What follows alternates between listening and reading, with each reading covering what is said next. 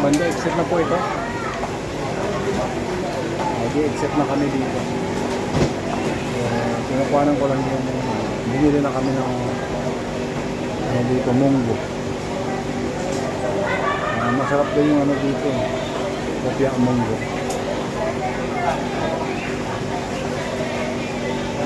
Yan, nasa Divisoria Mall pa rin ito.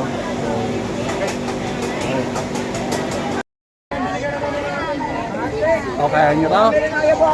Kaya nyo yan? Hindi nyo kaya to. Tao lang,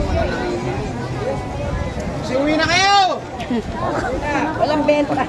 Para kami ay pagpatintero dito. Ayan. Kaya mo na. Naka-record naman to. Cellphone ko na.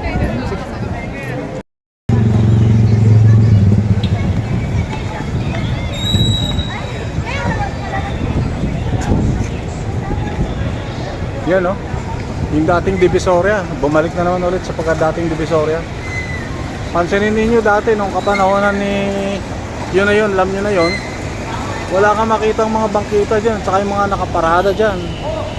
Maluwag na waluwag to. Ngayon no, balik tayo sa dati Taiwan. Nagkaganon to. Ito yung 999 na shopping mall na yan. Nakita ko, may nakita akong isang nag-vlog dito dati. Napakadaloy ng takbo ng sasakyan dito ganitong oras. Time check tayo dito, alas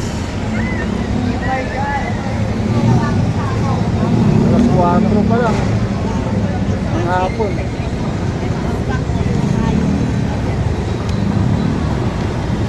So ganyan guys, ganyan na naman ulit. Update ko lang kayo sa sitwasyon ng dito ako sa City Plaza, City Place Square pa lang. place si Square na yan. Daking Chinatown. Shoutout dyan sa mga taga Divisoria. Sacrifice na naman kayo. Sa mga shoppers, sacrifice na naman kayo ulit. Bye muna.